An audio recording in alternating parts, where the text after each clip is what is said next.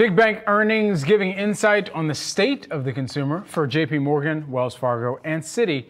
Credit card delinquencies have dipped compared to the first quarter, but missed or late payments are actually up on an annual basis. To break down why delinquencies have been on the rise and what you can do to avoid it, we've got Martin Lynch, who's the Financial Counseling Association of America president. Martin, great to have you here, and thanks so much for taking some time here on the show.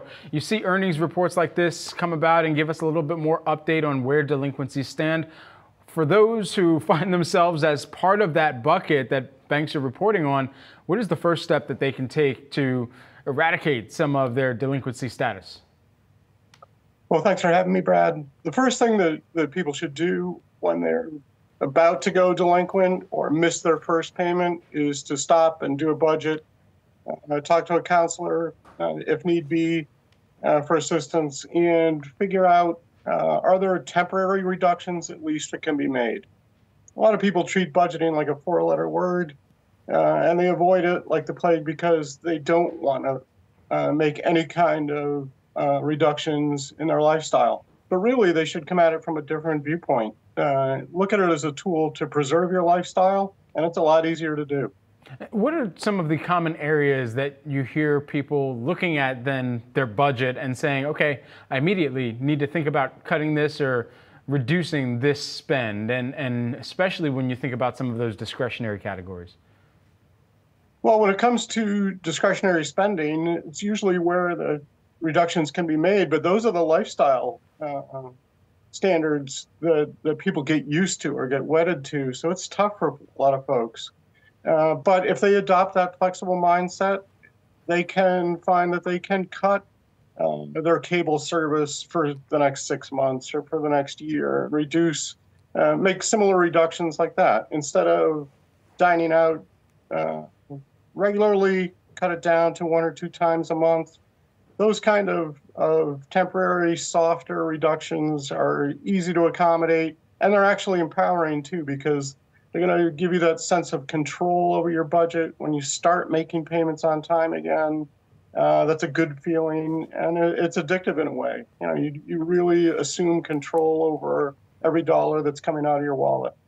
Say that you have gone into a delinquent status or have become delinquent on payments. So now you have to think about, all right, what are the first steps I can take on that pathway to getting back into good standing? Well, unfortunately, a lot of folks make a couple of critical mistakes at that point. They'll turn to a debt settlement company. They dominate late night media advertising.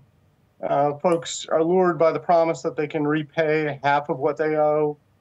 There's a dirty secret the banks don't want you to know. None of that is true. Banks want you to repay your principal in full plus interest. So we encourage folks to look at communicating with their lenders. If you come through a nonprofit counseling agency, folks will be surprised that in addition to our free counseling, we'll work with your lenders to reduce your interest rates from 25 or 26% down to 6 or 7 or 8%. And that gives the breathing room in the budget that allows people to make timely payments, maintain a good communication standard with their lenders, and emerge in a much healthier way. They won't destroy their credit. They'll come out okay. Is there any negotiating that people can do, individuals can do that have fallen delinquent in order to make sure that it doesn't further impact them? Well, it's interesting. You can talk to your creditors one-on-one to ask for rate reductions, but it's harder to pull off. They like to see that you're working with a professional like an FCA member agency, because they know, number one, we're going to look at the full picture. We're going to go through your credit report and make sure that you're not omitting any debts, and that we're going to treat you holistically and deal with all your accounts, not just that one account with their bank.